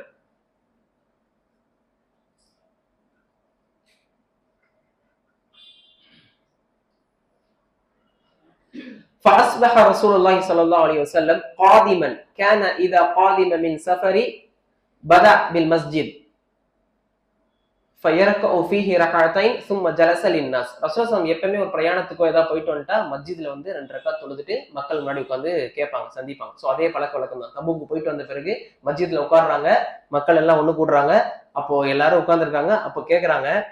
சோ அப்ப யாரெல்லாம் தபூக்கு வரலையோ அவங்க எல்லாம் எக்ஸ்கியூஸ் சொல்றவங்க எக்ஸ்கியூஸ் சொன்னாங்க. இந்த மாதிரி முனாஃபிக்கின்களும் இருந்தாங்கன்னு சொன்னால அவங்க எல்லாம் எக்ஸ்கியூஸ் சொல்றாங்க, இதனால வரல அதனால வரல இப்படி இப்படின்னு சொல்லிக்கிட்டு இருக்கிறாங்க. வகானு பித்அத்துன் வ ஸமானீன ரஜுலன். எத்தனை பேர்? மொத்தம் 80 பேர் அந்த மாதிரி சொல்றாங்க. 80 பேர் எக்ஸ்கியூஸ் சொல்றாங்க, இதனால வரல அதனால வரல இப்படின்னு சொல்லிட்டு காரணங்களை சொல்றாங்க. ரசூலுல்லாஹ் அதை அக்செப்ட் பண்றாங்க, அல்லாஹ்ட்ட மன்னிப்பு கேட்கிறாங்க, உங்களுக்காக இது முடியுது. இப்போ காபின் மாலிக் வரார். காபின் மாலிக் வந்த பிறகு ரசூலுல்லாஹ் ஸல்லல்லாஹு அலைஹி வஸல்லம் நான் உட்கார்ந்தேன். ரசூலுல்லாஹ் கேட்டாங்க, ஏன்பா நீ வரல அப்படின்னு என்கிட்ட கேள்வி கேட்டாங்க. உனக்கு வந்து அலம் தப்பன் கதித்த தகரக், உனக்குன்னு மவுண்ட், உனக்குன்னு கேமலோ இல்ல குதிரையோ ஒட்டக்கத்தோ எதுவும் நீ தயார் பண்ணிக்கலையா அப்படின்னு கேட்டாங்க. இல்ல நான் என்கிட்ட இருந்துச்சு யாரும் சொல்லலாம், எல்லாமே இருந்துச்சு. அவர் சொல்ல குல்து பலா இன்னி வல்லாஹி லவ் ஜலஸ்து இன்த கைரிக் மின் அஹ்லி துன்யா லரஐது அன் சஅஃப்ருஜு மின் சகதிஹி பிஉذர் வலகத் ஊதீது ஜதலா. யா ரசூலல்லாஹ், இந்த இடத்துல நீங்க மட்டும் இல்லனா, கேள்வி கேட்கிற இடத்துல நீங்க மட்டும் இல்லைன்னா, வேற ஏதாவது ஒரு காரணம், வேற யாரோ இருக்கிறாங்கன்னா, என்னுடைய வார்த்தை ஜாலம், நான் வந்து பேச்சு திறமையில சிறந்தவர். எந்த அளவுக்குன்னா, மதீனால இருக்கக்கூடிய மிக சிறந்த கவிஞர்கள்ல 3 பேர்ல இவரும் ஒருத்தர். ஹசான் பின் சாபித் ரலியல்லாஹு அன்ஹு, கஅப் பின் மாலிக் ரலியல்லாஹு அன்ஹு, அப்துல்லா பின் ரவாஹா ரலியல்லாஹு அன்ஹு. இந்த 3 பேர் தான் இஸ்லாத்தை டிஃபெண்ட் பண்ணி, ரசூலுல்லாஹ் புகழ்ந்து, ரசூலுல்லாஹ் டிஃபெண்ட் பண்ணி பாதுகாத்து கவிதை பாடக்கூடியவங்க. இஸ்லாத்தை புகழ்ந்து, இஸ்லாத்துடைய தாவா பணிக்காக கவிதை வந்து ஒரு மீடியா டிபார்ட்மெண்ட் மாதிரி, ஒரு these are the media peoples. அதுல one of the most important இவர். அப்போ வார்த்தை கவிதை பாடுறாருன்னா அப்போ எப்படிப்பட்ட ஸ்கில் இருக்குன்னு பாத்துக்கோங்க, பேச்சு திறமை. நான் ஏதாவது காரணத்தை சொல்லி எஸ்கேப் பண்ணணும்னா முடியும், ஆனா நான் அதை விரும்பல யார சொல்லலாம் அப்படின்னு சொல்லிட்டு அவர் சொல்றாரு, லா வல்லாஹி மா கான லி மின் உதுர், எனக்கு எந்த காரணமும் இல்ல போற மிஸ் பண்றதுக்கு. யார சொல்ல எனக்கு எந்த காரணமும் இல்ல போற மிஸ் பண்றதுக்கு. அப்ப ரசூலுல்லாஹி ஸல்லல்லாஹு அலைஹி வஸல்லம் உடனே சொல்றாங்க, அம்மா ஹாதா ஃபகத் ஸதக் ஃபகும் ஹத்தா யக்தி அல்லாஹு ஃபீக். இந்த நபர் உண்மையை சொன்னாரு, நீங்க எந்திரிச்சு போங்க, அல்லாஹ் உங்களுக்கு தீர்ப்பு சொல்லும் வரை நீங்க இங்க இருந்து போகலாம் இப்படின்றதுதான் பதில். ரசூலுல்லாஹி பதில் என்ன, நீங்க இப்ப இங்க இருந்து ஏஞ்சி போலாம், let Allah give a verdict of your action, அல்லாஹ் உங்களுடைய செயலுக்கு ஒரு தீர்ப்பை கொடுக்கட்டும், அது வரையும் நீங்க இங்க இருந்து ஏஞ்சி போங்க அப்படின்னு சொல்லிட்டான். சோ நாங்க எந்திரிச்சு போயிட்டேன். நிச்சயமா அவர் சொல்றாரு, அந்த மக்கள்லாம் சொல்றாங்க, அவருடைய குடும்பத்தார்கள் சில பேரு, நீ ஏன்பா உண்மையை சொன்ன, நீ ஏதாவது காரணம், 80 பேர் வந்து காரணம் சொல்லி ரசூலுல்லாஹ் மன்னிப்பு தான் கேட்டாங்களே, அதுவே போதுமானதா இருந்திருக்குமே, நீ சொல்லி ஏதாவது எஸ்கேப் ஆயிட்டு வந்திருக்கலாமே, ரசூலுல்லாஹ் தான் மன்னிப்பும் கேட்டிருக்காங்களே, அது போதுமானது இல்லையா அப்படின்னு சொல்லி கிட்டத்தட்ட என்னோட உள்ளத்தையே மாத்துற அளவுக்கு என்ன இன்ஃபுளுன்ஸ் பண்ணாங்க. என் குடும்பத்துல உள்ளவங்க, என் ஃப்ரெண்ட்ஸ் சர்க்கிள் எல்லாமே. இதெல்லாம் நடக்கும், நல்லா புரிஞ்சுக்கோங்க. நீங்க இஸ்லாத்தை ஃபாலோ பண்ண ஆரம்பிச்சீங்கன்னா அங்கங்க நம்ம கனெக்ட் பண்ணிப்போம். ஏன்னா சும்மா வரலாறா பார்க்க வேணாம், நீங்க இஸ்லாத்தை ஃபாலோ பண்றீங்க, அது எதா வேணா இருக்கட்டும், தாடி, சின்ன தாடி வைக்கிற செயலா இருக்கட்டும், தொழுகையை கடைபிடிக்கிற செயலா இருக்கட்டும், இல்ல நிக்காஹ் பண்ண போறீங்க, நிக்காஹ் பண்ண போறீங்க, இப்படிதான் நான் நிக்காஹ் செய்யணும்னு நீங்க வீட்டுல பேசுறீங்க, ஏதாவது எதிர்ப்போம். நீ என்ன இப்படி செய்யணும்னு சொல்ற, நிக்கானா அதுக்கு ஒரு பாரம்பரியம் இருக்கு, அது ஒரு கலாச்சாரம், அது ஒரு கஷ்டம், இந்த ஊர் வழக்கம், இப்படிதான் செய்யணும், நீ சொல்றதெல்லாம் கேட்க முடியாதுன்னு வீட்டுல சொல்லுவாங்க. அது நடக்கும்போது நீங்க சில பேர் எதிர்கொள்ளலாம், சில பேர் எதிர்கொள்ளாம இருக்கலாம். இல்ல தாடி வைக்கும் போது, எதுக்குப்பா இவ்வளவு பெரிய தாடி இந்த வயசுல, ஏதாவது ஒண்ணு திடீர்னு தொழுக ஆரம்பிச்சிருப்பீங்க, தாடியா இருக்கட்டும், நிக்கா பண்றதா இருக்கட்டும், இல்ல நல்ல சம்பளம் வேலை கிடைச்சிருக்கும், நீங்க அது ஹராம்ன்றனால செய்யாம இருப்பீங்க. அது வட்டி அடிப்படையிலான ஒரு சாஃப்ட்வேர் கம்பெனி, பேங்கிங் கம்பெனியா இருக்கு, எதிர்ப்பு வருமோ வராத வீட்டுல. பிராக்டிக்கலா பேசுவோம் கொஞ்சம். நீங்க இஸ்லாத்தை ஃபாலோ பண்ண ஆரம்பிக்கும் போது பீர் ப்ரெஷர்னு சொல்லுவாங்க, உங்களுடைய ஃபேமிலி ப்ரெஷர், நெய்பர்ஸ், ஃப்ரெண்ட்ஸ், ஏதாவது ப்ரெஷர், அது எந்த எக்ஸாம்பிள் நீங்க எடுத்துக்கோங்க. நான் சொல்றது சும்மா ஃபியூ எக்ஸாம்பிள்ஸ் தான், உதாரணங்கள் தான். நீங்க உங்களுடைய உதாரணங்களை போட்டுக்கோங்க. இஸ்லாத்துக்குன்னு நீங்க கடைபிடிக்க ஆரம்பிக்கும் போது ஃபேமிலியில இருந்து அதுக்கு எதிர்ப்பு வரும், ஃபேமிலியில இருந்தே வரும், நண்பர்கள்ல இருந்து வரும், சுத்து வட்டாரத்துல இருந்து வரும், உறவினர்கள்ல இருந்து வரும். அப்பெல்லாம் எப்படி ரியாக்ட் பண்ணணும்னு காபின் மாலிகிட்ட கத்துக்க வேண்டியது. இவ்வளவு ப்ரெஷர் வந்துமே காபின் மாலிக் போய் இது சொல்லலையே. அவர் கேட்கிறாரு, என்னைய மாதிரி யாராச்சும் உண்மையை சொல்லி இந்த மாதிரி ரசூலுல்லாஹி ஸல்லல்லாஹு அலைஹி வஸல்லம் எனக்கு சொன்ன மாதிரி யாருக்கும் நடந்துச்சா? ஃபதக்கரலி ரஜுலைனி ஸாலிஹைன் கத் ஷஹீத பத்ரன் ஃபீஹிமா இஸ்வா. எனக்கு 2 பேர் சொல்லப்பட்டுச்சு, 2 பேரும் உங்களை மாதிரியே 2 பேர் உண்மையை சொன்னதுக்காக ரசூலுல்லாஹி உங்களுக்கு என்ன சொன்னாங்களோ அதே தான் அந்த 2 பேருக்கும் சொன்னாங்க காபே அப்படின்னு சொல்லப்பட்டுச்சு. அந்த 2 பேரும் பத்ர்ல பங்கேற்ற மக்கள், சாலிஹான மக்கள். ரஜுலைனி ஸாலிஹைன் கத் ஷஹீத பத்ரன், பத்ர்ல இருந்த மக்கள், சாலிஹான 2 நபர்களோட பேர் சொல்லப்பட்டுச்சு. அப்ப நான் என் மைண்டை சேஞ்ச் பண்ணிக்கிட்டேன். இனிமே நான் சரி இது எடுத்த ஸ்டான்ஸ்லயே நிப்போம், உண்மையை சொல்லிட்டோம்ல அதுலயே நிப்போம் அப்படின்னு நான் வந்து நிறுத்திட்டேன். நான் இன்னொரு லெசன், குட் கம்பெனி, நல்ல ஃப்ரெண்ட்ஸும், நல்ல கம்பெனி, நல்ல சூழல், நல்ல ஃப்ரெண்ட்ஸு, நல்ல கேதரிங், நல்ல கம்பெனின்னா புரியுதுல, நல்ல ஒரு உங்களுடைய கேதரிங், உங்களுடைய ஃப்ரெண்ட்ஸ் சர்க்கிள், உங்களுடைய வட்டாரம், நீங்க யாரோட பழகுறீங்க அப்படின்றதும் உங்களுடைய செயலை தீர்மானிக்கும். இவர் மேபி அந்த ப்ரெஷர்ல போய் சொல்லியிருக்கலாம், ஆனா எது தடுக்குதுங்க? 2 பேர் இருந்தாங்கப்பா சாலிஹைன், பத்ர்ல இருந்த மக்கள். ஓ, அவங்களும் இப்படி இருந்தாங்களா, நானும் போல. Good company stopped him to go, right. அப்போ நல்ல ஃப்ரெண்ட் சர்க்கிள் முக்கியன்றது நம்ம இங்க இருந்து இன்னொரு லெசன் எடுத்துக்க முடியும். அங்கங்க நான் சொல்லிட்டே வரேன், நீங்க நோட் பண்ணிட்டே வாங்க என்னென்ன லெசன்ஸ் இருக்குன்னு. மேபி கடைசியா நான் கேட்கறேன் என்னென்ன லெசன்ஸ் நீங்க சொல்லலாம். ஸோ நல்ல கம்பெனி வந்து அவரை பாதுகாத்திருக்குன்றதை பார்க்க முடியும். ஸோ ரசூலுல்லாஹி ஸல்லல்லாஹு அலைஹி வஸல்லம் சொல்லிட்டாங்க, இந்த 3 பேரோட யாருமே பேசக்கூடாதுன்னு சொல்லிட்டாங்க. என்ன தண்டனைனா, இந்த 3 பேரோட யாருமே பேசக்கூடாது. பாய்காட், எக்கனாமிக் பாய்காட் கிடையாது, கம்ப்ளீட் பாய்காட். பேசவே கூடாது யாருமே. இந்த 3 பேர்கிட்ட யாரும் பேச்சுவார்த்தை வச்சுக்கூடாது, யாரும் பேசக்கூடாது. கமாண்ட் ஃப்ரம் ரசூலுல்லாஹி ஸல்லல்லாஹு அலைஹி வஸல்லம். ஸோ யாருமே பேசல. எந்த அளவுக்கு எங்களுக்கு ஆயிடுச்சுன்னா, எங்களுடைய சொந்த ஊர்ல நாங்க வந்து அந்நியர்களாக பாக்குற அளவுக்கு நான் ஆயிடுச்சு. எனக்கு சொந்த பூமி, என்னோட சொந்த பூமி, இப்ப நம்ம வெளிநாடோ இல்ல சொந்த ஊரை விட்டு சென்னைக்கு வந்து படிக்கிறவங்க இருப்பாங்க, வேலை செய்யறவங்க இருப்பாங்க. அப்ப எப்படி இருக்கும், ஹோம் சிக் சொல்லுவாங்கல்ல, வீட்டு தேடலாம் இருக்கு, பாப்பாட்ட பேச முடியல, அம்மாட்ட பேச முடியல, ஃப்ரெண்ட்ஸ் இல்ல, அண்ணன் இல்ல, தம்பி, அந்த மாதிரி இருக்கும். அது மாதிரி இவருக்கு இப்ப எங்க இருக்கு, அவருடைய சொந்த ஊர்ல இருக்கு, எல்லாம் இருந்துமே இல்லாதது மாதிரி. எனக்கு அந்த மாதிரி ஃபீல் ஆயிடுச்சுன்னு சொல்றாரு. கிட்டத்தட்ட 50 நாள் நான் இப்படியே தான் போச்சு. ஆனா அந்த 2 பேரும் வீட்லயே இருந்துட்டாங்க. ஆனா நான் கொஞ்சம் வயசு கம்மியா இருந்தனால நான் என்ன பண்ணுவேன்னா, வீட்டுல எல்லாம் இல்ல, நான் வெளியே போய் மார்க்கெட்டுக்கு போவேன், மஸ்ஜிதுக்கு போய் தொழுவேன். ஆனா யாரும் பேச மாட்டாங்க. தொழுவேன், சலாம் சொல்லுவேன், ரசூலுல்லாஹி ஸல்லல்லாஹு அலைஹி வஸல்லம் சலாம் சொல்லுவேன். எங்க அவங்க உதடு அசைதா, பதில் சலாம் சொல்றாங்களான்னு பார்ப்பேன். ஆனா அது மாதிரி எனக்கு தெரியல. எந்த நபர்களும் பேசல என்கிட்ட, யாருமே பேசல அப்படின்றதான். சுப்ஹானல்லாஹ். உபைதி அமீர், அனதர் லெசன். ஒரு அமீர் ஒரு கட்டளை கொடுத்துட்டா அதை ஒட்டுமொத்த சமூகமும் எப்படி ஃபாலோ பண்ணுது, கச்சிதமா ஃபாலோ பண்றாங்க. ஒரு கலீஃபா, ஒரு ஆட்சி தலைவர் ஒரு கட்டளை கொடுத்தா அதை எப்படி கரெக்டா, ஒரு அமீர், அது யாரோ, ரசூலுல்லாஹி ஸல்லல்லாஹு அலைஹி வஸல்லம் வாஸ் நபி, நபியோடைய கட்டளையை ஃபாலோ பண்றாங்க. அது மாதிரி ஒரு அமீர், ஒரு நாட்டுடைய அமீர் கட்டளை இருந்தா, ஒரு ஜமாவுடைய அமீர், ஒரு வீட்டுடைய அமீர். வீட்டுடைய அமீர் யாரு, கணவன், தந்தை. தந்தை தான் அமீர். தந்தை ஒரு கட்டளை கொடுத்தா அந்த குடும்பம் அதை ஃபாலோ பண்ணணும். இங்க பாருங்க, பேசக்கூடாதுன்னா பேசலையே, தலைவர் என்ன சொல்றது தெரியவா போது நான் பேசினா, இப்படி யாராச்சும் செயல்பட்டாங்களா, அவரு ஏதாவது நினைச்சுப்பாரு இப்படின்னு யாரா செயல்பட்டாங்களா? அமீருடைய கட்டளை பேசக்கூடாது, பேச மாட்டோம். Another lesson. ஸோ அப்போ மனைவி கணவனுக்கு கட்டுப்படணும், பிள்ளைகள் தந்தைக்கு கட்டுப்படணும்.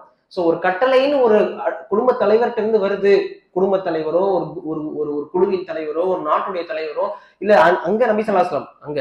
ஸோ ஒரு அமீர்கிட்ட இருந்து ஒரு கட்டளை வருதுன்னா அதை ஃபாலோ பண்றதுதான் சொசைட்டிக்கான அழகு. இஸ்லாம் சொல்ற தர்த்தீப். ஒரு 3 பேர் பிரயாணம் செஞ்சா கூட நீங்க என்ன செய்யுங்க, அமீர் இல்லாம போவாதீங்கன்றாங்க, அமீர் கட்டளை ஃபாலோ பண்ணுங்கன்றாங்க. இஸ்லாம் சொல்ற தர்த்தீப் அது. Another lesson. இந்த இதையும் நம்ம லெசனை படிப்பினே எடுத்துக்க முடியுது. ஸோ நான் ரசூலுல்லாஹி ஸல்லல்லாஹு அலைஹி வஸல்லம் பக்கத்துல போய் ஒட்டி தொழுவேன். அப்போவாச்சும் என்கிட்ட பேசுறாங்களான்னு, அப்பயும் பேச மாட்டேன். பக்கத்துல நின்று தொழுவேன், நான் பார்ப்பேன், ஆனா என்னை பார்க்க மாட்டாங்க. அந்த அப்போ அதாவது இதெல்லாம் நம்ம கதையா சொல்றது கதை மாதிரி தெரியுது. இதை கொஞ்சம் நினைச்சு பாருங்க, அவருக்கு எவ்வளவு வலிச்சிருக்கும்னு நினைச்சு பாருங்க. நபிசாசம் கூட நின்று, ஆனா நபிசாசம் பார்க்கல, உங்க மூஞ்சியை பார்க்கல, உங்கள்கிட்ட பேசல, சலாமுக்கு பதில் சொல்லல. சரி, என்னுடைய கசின் அபூ கத்தாதா, அவர் வீட்டுக்கு நான் போய் கேட்கிறேன், அவர் வீட்டுக்கு நான் போயிட்டு சொல்றேன், ஹல் தஅலமுனி உஹிப்புல்லாஹ வ ரசூலஹு ஃபஸகத. யா ஓமை பிரதர், என்னுடைய சகோதரனே, கசின் பிரதர்கிட்ட போய் கேட்கிறார், அபூ கத்தாதா உனக்கு தெரியுங்களா என்னைய பத்தி, நான் அல்லாஹ்வும் அல்லாஹ்வுடைய ரசூலும் விரும்பக்கூடியவனா இல்லையா? பதிலே சொல்லல. பதில் சொல்ல என்ன பதில் சொல்றாரு, அல்லாஹ் ரசூல் வாலம், அல்லாஹ் ரசூலுக்கும் தெரியும். இது இன்னும் ஒரு மாதிரி ஆயிடுச்சு இருக்கு.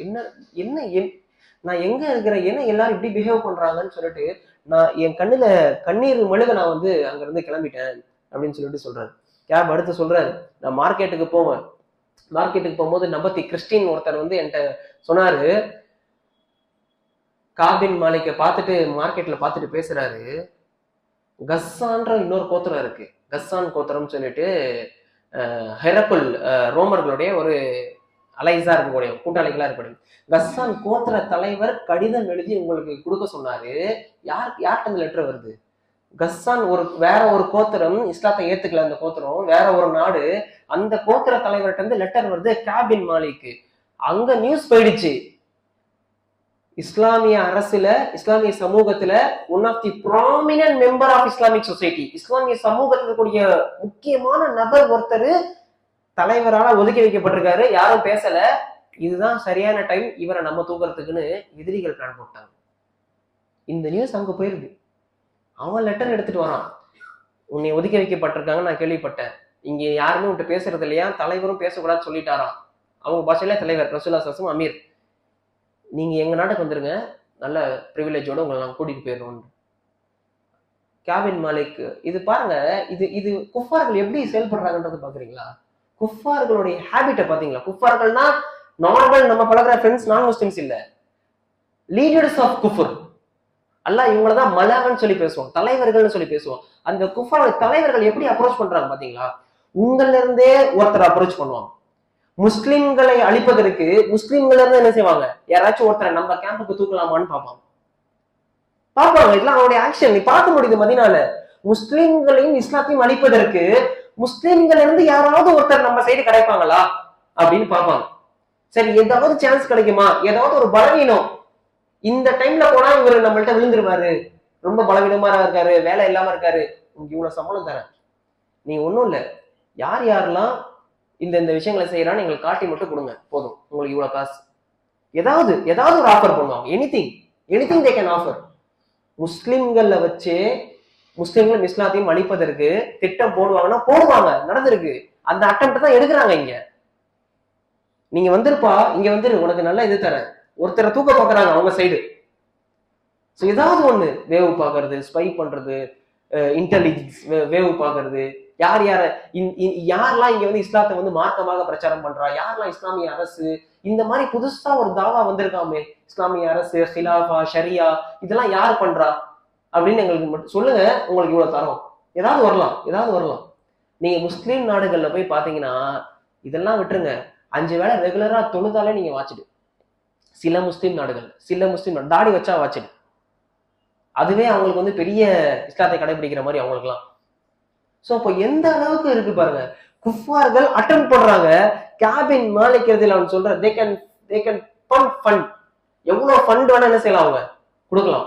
நீங்க வந்து இப்படி பிரச்சாரம் பண்ணுங்க, அரசாங்கமே உங்களுக்கு காசு கொடுத்து, அரசாங்க அதிகாரிகளே வந்து காசு கொடுத்து நீங்க இந்த மாதிரி மார்க்கத்தை சொல்லிக் கொடுங்க, மதச்சார்பின்மை முறையில மார்க்கத்தை சொல்லிக் கொடுங்க, இஸ்லாம் மதம்னு மட்டும் பிரச்சாரம் பண்ணுங்க, மார்க்கம்னு பேசாதீங்க, மார்க்கம்னு பேசுறவங்கள தவறுன்னு சொல்லலாம், உங்களை வந்து அப்ரோச் பண்ணலாம்.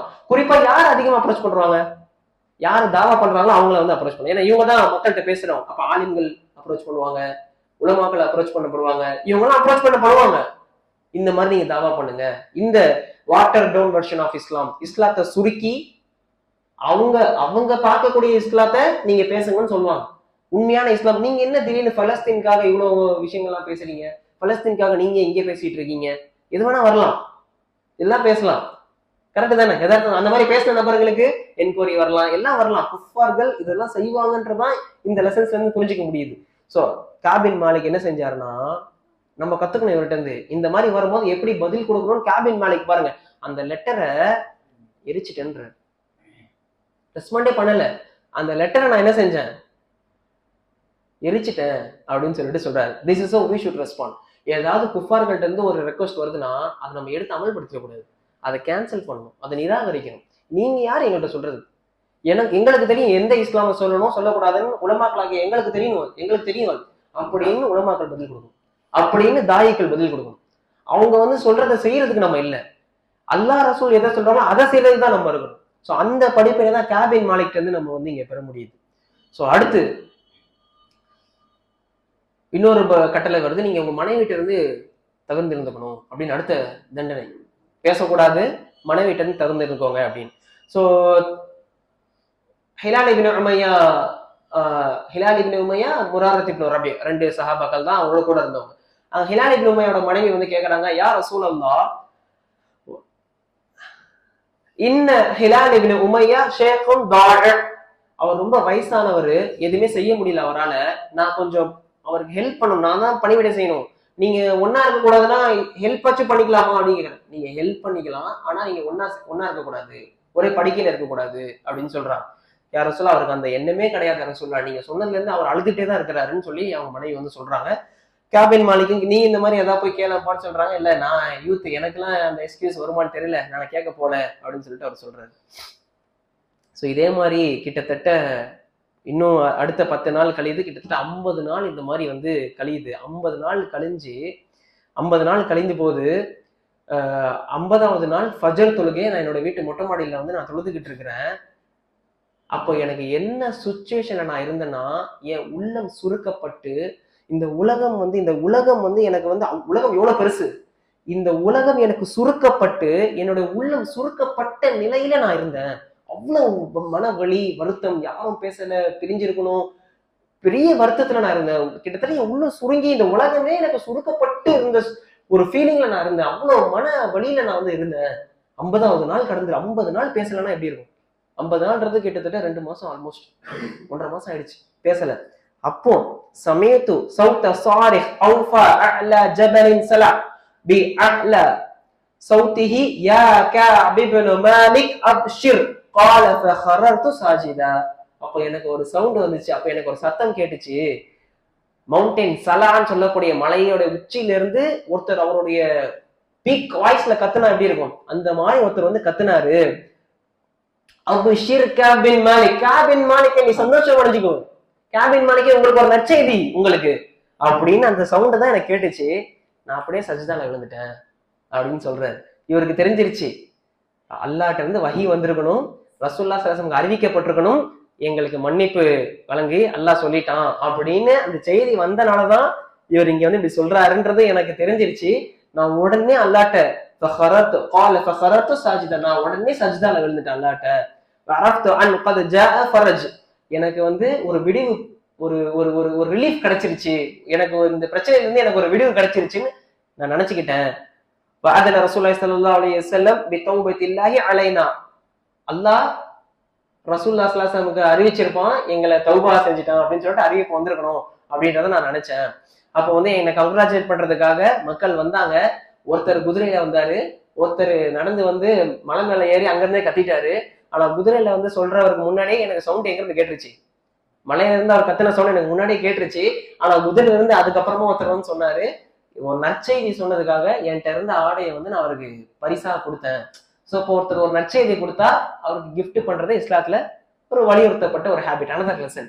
யாராச்சும் உங்களுக்கு ஒரு நற்செய்தி சொல்றாங்க, ஒரு குட் நியூஸ் சொல்றாங்க, ஒரு நல்ல செயலை அறிவிக்கிறாங்கன்னா நீங்க என்ன செய்யலாம், அவருக்கு நான் ஏதோ சம்திங் ஒரு கிஃப்ட், ஒரு நல்ல செயலை வந்து எனக்கு சொல்லியிருக்காரு, சம்திங் ஒரு கிஃப்ட் மாதிரி ஒரு அன்பளிப்பை கொடுக்கறது இஸ்லாத்துல வரவேற்கப்பட்ட விஷயம். அவர் கொடுத்துருக்கிறார், அவர்கிட்ட இருந்த ஆடையவே கொடுத்துருக்கிறார். ஸோ அப்போ நான் அதை கொடுத்துட்டு ரசூலுல்லாஹி ஸல்லல்லாஹு அலைஹி வஸல்லம் மஸ்ஜிதில் வந்து நான் போனேன். ரசூலுல்லாஹி ஸல்லல்லாஹு அலைஹி வஸல்லம் பார்த்தேன், மக்கள் எல்லாம் உட்காந்து என்னை வந்து கங்க்ராச்சுலேட் பண்ணாங்க, எனக்கு வந்து வாழ்த்து சொன்னாங்க, அல்லாஹ்வுடைய தௌபாவை பெற்ற நபரே அப்படின்னு சொல்லிட்டு எனக்கு வந்து வாழ்த்து சொன்னாங்க. قال كعب فلما سلمت على رسول الله صلى الله عليه وسلم قال رسول الله صلى الله عليه وسلم فهو يرزق وجهه من السرور ابشر بخير يوم مر عليك منذ ولدتك امك. ரசூலுல்லாஹி ஸல்லல்லாஹு அலைஹி வஸல்லம் சலாம் சொன்ன பதில் சலாம் சொன்னாங்க. அப்ப ரசூலுல்லாஹி சொன்னாங்க, பி ஹாப்பி, சந்தோஷம், மகிழ்ச்சி அடைங்க கஅபே, உம்முடைய தாய் உன்னை ஈன்றெடுத்த நாள்ல இருந்து இன்னை வரைக்கும் நீங்க உயிர் வாழ்ந்திருக்கீங்க, இது வரைக்கும் இன்னைக்குதான் உங்களுக்கு மிக சிறந்த நாளாக இது இருக்கும் அப்படின்னு ரசூலுல்லாஹி ஸல்லல்லாஹு அலைஹி வஸல்லம் எனக்கு வந்து சொன்னாங்க. قال قلت امن عندك يا رسول الله امن عند الله يا رسول الله, இந்த மன்னிப்பு உங்கள்கிட்ட நீங்க மன்னிப்பு கொடுக்குறீங்களா இல்ல அல்லாஹ் மன்னிக்க சொல்லி சொன்னானா அப்படின்னு நான் கேட்டேன். காபு கேட்கிறாரு, யா ரசூல் அல்லாஹ் நீங்க மன்னிச்சிட்டீங்களா இல்ல அல்லாஹ் மன்னிக்க சொல்லி உங்களை சொன்னானா? அப்ப ரசூல் قال لا بل من عند الله, இது அல்லாஹ்ட்ட இருந்து வந்த மன்னிப்பு உங்களுக்கு அப்படின்னு சொன்ன உடனே வக்கான ரசூலுல்லாஹி ஸல்லல்லாஹு அலைஹி வஸல்லம் இது அசர்ரு, ரசூலுல்லாஹி ஸல்லல்லாஹு அலைஹி வஸல்லம் மூஞ்சி மகிழ்ச்சி அடைஞ்சு, ரசூல் கோபப்பட்டா மூஞ்சி சிவந்துரும், மகிழ்ச்சி அடைந்தா ஒரு சந்திரன் மாதிரி ஒரு நிலா மாதிரி வெளிச்சம் வேணும்னு சொல்றாங்க. எனக்கு வந்து ரசூலுல்லாஹி ஸல்லல்லாஹு அலைஹி வஸல்லம் மகிழ்ச்சி அவங்களுடைய முகத்துல தெரிஞ்சிச்சு எனக்கு அப்படின்னு சொல்லி சொல்றாரு. அம்சிக் அலைக பஅத மாலிக ஃபஹுவ கைருல் லக், நான் சதக் இந்த செய்திக்கு கேட்டதுக்கு நான் சதக் என்னோட வெல்த் எல்லாத்தையும் நான் கொடுத்துறேன் யார சொல்லலாம், நான் சதக்கா பண்ணிடுறேன் உடனே அடிச்சு, இல்ல கொஞ்சம் நீங்க வச்சுக்கோங்க உங்கள்கிட்ட அப்படின்னு சொல்லி ரசூலுல்லாஹி சொல்றாங்க. அப்போ நான் கொஞ்சத்தை மட்டும் நான் வந்து எனக்காக வச்சுக்கிட்டு நான் மீதி விஷயங்களை வந்து நான் சதக்கா பண்ணேன் அப்படின்னு சொல்லிட்டு அவர் சொல்றாரு. ஸோ அப்போ இந்த மன்னிப்பு வழங்கப்பட்ட பிறகு அல்லாஹ் சுப்ஹானஹு வ தஆலா இந்த நபர்களை பற்றி ஒரு வசனத்தை சொல்றோம். சூரத்து தௌபாவுடைய 2 வசனங்கள். அந்த வசனத்தை நான் படிக்கிறேன். பிஸ்மில்லாஹிர் ரஹ்மானிர் ரஹீம். லகத் தபல்லாஹு على النبي والمهاجرين والأنصار الذين اتبعوه في ساعة العسرة من بعد ما كاد يزيغ قلوب فريق منهم ثم تاب عليهم إنه بهم رؤوف رحيم. நிச்சயமாக அல்லாஹ் நபியையும் கஷ்ட காலத்தில் அவரை பின்பற்றிய முஹாஜிர்களையும் அன்சாரிகளையும் மன்னித்தான்.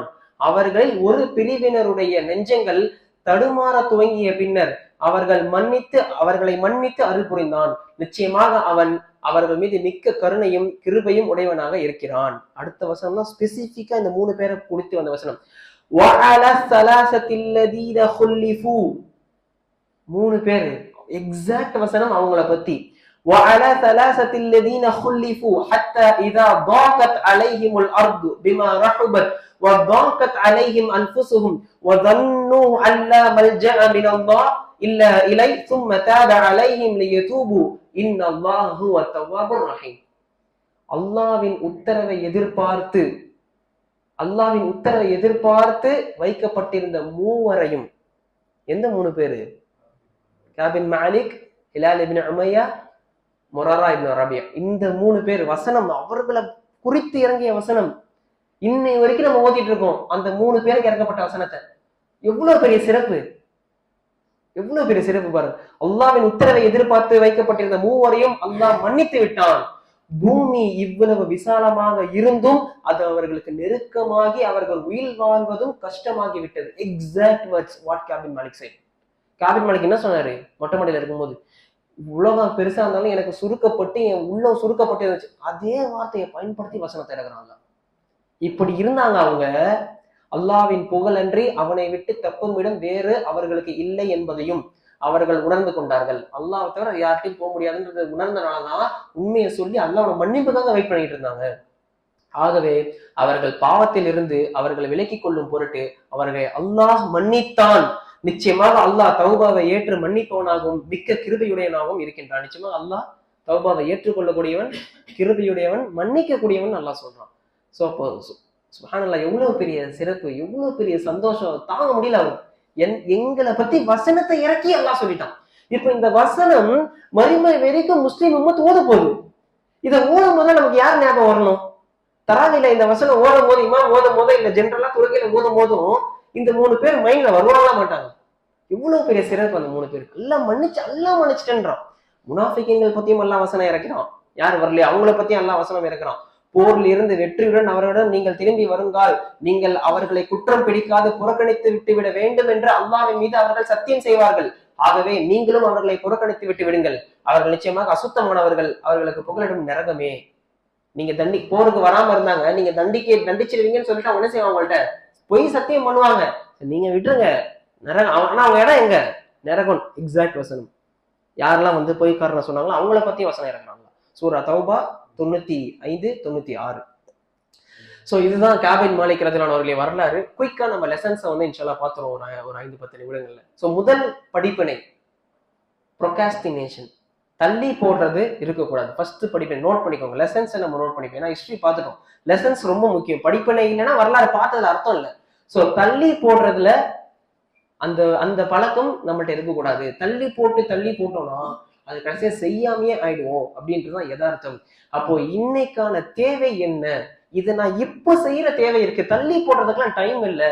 இஸ்லாத்திற்கான அழைப்பு பணியில இஸ்லாத்தை பாதுகாப்பதற்கும் முஸ்லிம்களை பாதுகாப்பதற்கும் இஸ்லாத்தை ஒரு தீனா, மார்க்கமா, பிரச்சனைகளுக்கான தீர்வாக, வாழ்க்கை வழிமுறையாக பிரச்சாரம் செய்ய வேண்டிய தேவை, கட்டாய காலம் இன்னைக்குதான், இப்பதான். இப்ப செய்ய நம்ம எப்ப செய்ய போறோம்? அப்ப இது தள்ளி போடுறதுக்கு டைம் இல்ல. இந்த அழைப்பு பணியில நம்ம இணைச்சுக்கணும். அதற்கான கல்வியை தேடுறதுல நம்மளை இணைச்சுக்கணும் அப்படின்றது ஃபர்ஸ்ட் விஷயம். தள்ளி போடுறது இல்ல. ஒன்று. ரெண்டாவது, நீங்க இப்ப இணைச்சிக்கலன்னா, இந்த மாதிரி விஷயத்துல நீங்க பங்கு பெறலைன்னா, நாளைக்கு மறுமை நாள்ல நம்ம என்ன செய்ய முடியாது. நான் செய்யலையே, நான் பண்ணலையே அப்படின்னு காப் பின் மாலிக் சொன்னார்ல, நான் போயிருந்திருக்கணும் அப்படின்னு அவர் சொன்னார்.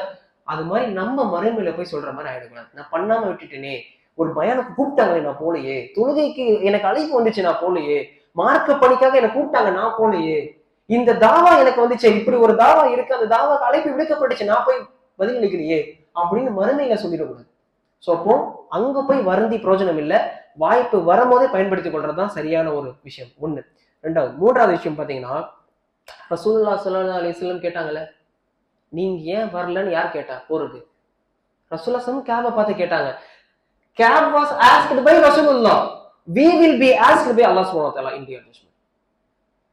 ரசூலுல்லாஹி ஸல்லல்லாஹு அலைஹி வஸல்லம் இருந்தாங்க காவ கேட்கறதுக்கு. நாளைக்கு நாம கேட்கப்படுவோம், அல்லாஹ்வின் மூலம் கேட்கப்படுவோம். நீ ஏன்பா இதெல்லாம் செஞ்ச, இந்த ஹராம, நீ ஏன்பா இந்த ஃபர்த செய்யல, இந்த கடமையை செய்யல, இந்த விஷயம் வரும்போது நீ ஏன் அதுக்கு பதில் அளிக்கல? அல்லாஹ் சொல்றான்ல, யா அய்யுஹல்லதீன ஆமனு ஸ்தஜீபு லில்லாஹி வலிர்ரசூலி இதா தஆக்கும் லிமா யுஹீக்கும். ஈமான் கொண்டவர்களே, அல்லாஹ்வும் அல்லாஹ்வுடைய ரசூலும் உங்களுக்கு வாழ்வழிக்கும் விஷயத்தின் பால் அழைப்பு விடுத்தால் நீங்கள் பதில் அளியுங்கள்னு அல்லாஹ் சொல்றான். நீங்க ஏன் பதில் அளிக்கலனா, ஏன்பா நீங்க பதில் அளிக்கலன்னு நாளைக்கு அல்லாஹ் கேட்பாங்க.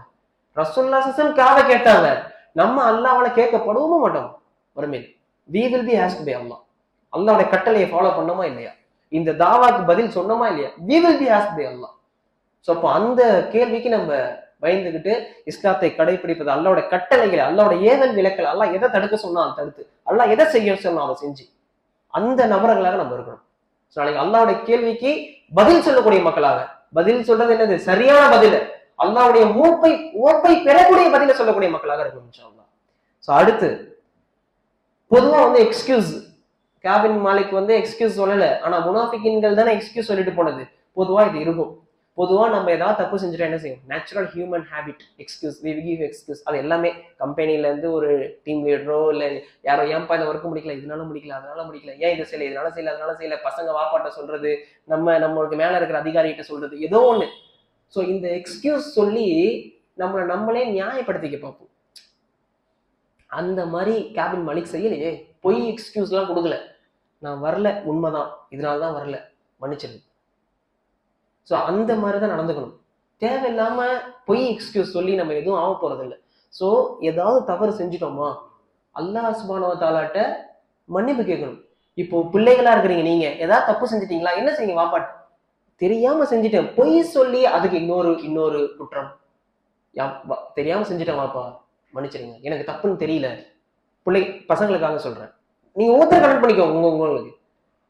அந்த விஷயம் எக்ஸ்கியூஸ் இல்லாம அல்லாட்ட சரண் அடைஞ்சிருது பெஸ்ட். அல்லாட்ட போய் எக்ஸ்கியூஸ் சொல்ல முடியுமா, யா அல்லாஹ் நான் இதனால வரல அதனால வரலன்னு போய் எக்ஸ்கியூஸ் சும்மா அல்லா பாதுகாக்கணும். யா அல்லாஹ் நான் தெரிஞ்சுதான் தப்பு பண்ணிட்டேன், நீ மன்னிக்க கூடியவன் கிருபையாளன், மன்னிச்சிரு, ஒரு வாட்டி நான் உன்கிட்ட சரண்டர் ஆயிரம். That is the best case. காபின் மாலிக் அப்படிதான் பண்ணாரு, உண்மையை ஒத்துக்கிட்டாரு, தப்பு தான், நான் ஒத்துக்கிறேன்னு, நான் சொல்லியிருக்க முடியும் தான் அவர் சொன்னாரு, ஆனா சொல்லல. ஸோ அந்த லெசனையும் நம்ம இங்க எடுத்துக்கணும். அடுத்து குட் கம்பெனி, எது அவரை தடுத்துச்சு, பொய் சொல்றதுல இருந்து தடுத்தது எது, நல்ல ஃப்ரெண்ட்ஷிப், நல்ல நண்பர்கள் வட்டாரம். அப்ப நம்ம யாரோட ஃப்ரெண்ட்ஸா வச்சுக்கணும், யாரை நம்ம நண்பர்களா ஆக்கிக்கணும், யாரோட வட்டாரத்துல இருக்கணும், நல்ல நண்பர்களோட இருக்கணும். அப்பதான் நம்ம கரெக்டா இருக்கும். நம்ம இருக்கிற வட்டாரமே சரியில்லைன்னா நீங்க எவ்வளவு பெரிய தப்பா வேணா இருங்க, definitely we will be changed. அல்ல பாதுகாப்பு. சுத்து வட்டாரம் எஃபெக்ட், என்விரான்மெண்ட் எஃபெக்ட், சூழல் உங்களை பாதிப்படைய செய்யும், சூழல் உங்கள்கிட்ட தாக்கம் ஏற்படுத்தும். அப்ப நல்ல company, good friendship, good friend circle. ஒருத்தர் பயானுக்கு போறோமா, நான் இன்னைக்கு போறேன் வரீங்களா அப்படின்னு கால் பண்ணி கூப்பிடணும், ஒன்றும் தப்பு இல்லை. வந்தாருன்னா அந்த நிலைமை உங்களுக்கு சேர்த்து கிடைக்க போகுது. நீங்க மட்டும் வரீங்க, ஒன்றும் இல்லை, சின்ன ஒரு கால், நான் இப்போ போறேன் வரீங்களா, அவரு சரி கால் பண்ணாரு, ஆமா நானும் இப்போ ஃப்ரீயா தான் இருக்கேன், நானும் வரேன், வந்துட்டாரு. நீங்க கூப்பிடாம இருந்தா வந்திருக்க மாட்டாரு, கூப்பிட்டனால வந்துட்டாரு. இப்ப என்னாச்சு, ஜஸ்ட் ஒரு கால் தான் பண்ணீங்க, அவர் வந்த நன்மையும் உங்களுக்கு இருக்கா இல்லையா? சும்மா சொல்றேன், சாதாரண ஒரு சின்ன ஒரு 5 minutes கால், அவ்வளவுதான், 2 minutes கால். ஸோ அந்த ஃப்ரெண்ட்ஸ் சர்க்கிள் என்ன இருக்கணும், அந்த சர்க்கிள் இருந்துச்சுன்னா நம்மளும் கரெக்டா இருப்போம் அப்படின்றது. அடுத்து ஒபேயிங் தி அமீர், அமீருக்கு கட்டுப்படணும். ரசூலுல்லாஹ் ஒரு கட்டளை சொன்னாங்கன்னா கட்டுப்பட்டாங்க எல்லாரும். ஸோ அந்த விஷயமும் நம்ம இங்க கட்டுப்படும். அதே மாதிரி குஃபார், கஸ்ஸானுடைய தலைவர் டீல் பேச வராரு, அதை ரிஜெக்ட் பண்ணாங்க காபின் மாலிக். அப்போ குஃபார்கள் எதை நமக்கு எடுத்துட்டு வந்தாலும் ஷுட் ரிஜெக்ட். அல்லாஹ் ரசூல் தான் எங்களுக்கு, அதுல எனக்கு பிரச்சனையே வந்தாலும் பரவாயில்ல, நான் மறுமைக்காக வாழ்றேன் அப்படின்ற அந்த தக்குவா நமக்கு இருக்கணும். ஸோ அது ஒரு லெசன். அடுத்து ஹிலால் இப்னு உமையா, ஓல்டு மேன் தானே சொன்னாங்க, ஒய்ஃப் வயசானவர்னு சொன்னாங்க. வயசானவருக்கே ரசூலுல்லாஹ் நீங்க என்ன செய்யல, போருக்கு வரல, எக்ஸ்கியூஸ் கொடுத்தாங்களா? பேசக்கூடாது, மனைவியோட சேரக்கூடாது, தண்டனை அவருக்கும் தானே. ஆனா அவங்க மனைவி சொல்லும் போது இன்ன ஹிலால் இப்னு உமையா ஷைഖுன் தாஇய, வயசானவர்னு சொன்னாங்க. வயசானவருக்கே அது நமக்கெல்லாம் என்ன சொல்லணும்? இத்தனைக்கும் அது போர், அது ஜிஹாது. இங்க நம்ம ஜிஹாது கூட சொல்லலாம், இஸ்லாமிய அழைப்பு பணி, நார்மலான ஆக்டிவிட்டியை பேசுறோம். ஏதாவது எக்ஸ்கியூஸ் இருக்குமா நமக்கு? வயசானவருக்கே அங்க எக்ஸ்கியூஸ் இல்லை. ஸோ அது ஒண்ணு. ஸோ இப்போ அந்த அடிப்படையில சொல்லும் போது, so hasten and take opportunity given to you. நமக்கு என்ன ஆப்பர்ச்சுனிட்டி அல்லாஹ் வழங்குறானோ அதை எடுத்து அதை கச்சிதமா இஸ்லாத்துக்காக, தீனுக்காக செயல்படுத்தக்கூடிய மக்களாக அல்லாஹ் நம்மளை ஆக்கணும். ஸோ இது கம்மி தான் நான் சொன்ன லெசன்ஸ். இன்னும் நிறைய நீங்க எடுத்திருக்கலாம். ஏதாவது எடுத்திருக்கீங்களா நீங்க இதை தவிர, நான் சொன்னதை தவிர any other thing which I missed? ஏதாவது இருந்தால் ஷேர் பண்ணுங்க. வேற ஏதாவது படிப்பினைகள் இந்த வரலாறுல இருக்கு? வேற ஏதாவது? ஓரளவுக்கு நம்ம கவர் பண்ணிருப்போம்னு நினைக்கிறேன். பட் இன்னும் இருக்கு. நம்ம சொன்னது ஃபியூ தான். ஸோ இன்ஷால்லா இந்த படிப்பினைகளை விளங்கி அதை அமல்படுத்தக்கூடிய மக்களாக அல்லாஹ் உங்களையும் இனிமே ஆக்கி அருள் புரிய வேண்டும் என்று பிரார்த்தித்து எனது இந்த உரையை நிறைவு செய்து கொள்கிறேன். வாஹ்ரது அல்ஹம்துலில்லாஹி ரப்பில் ஆலமீன். அஸ்ஸலாமு அலைக்கும் வரஹ்மத்துல்லாஹி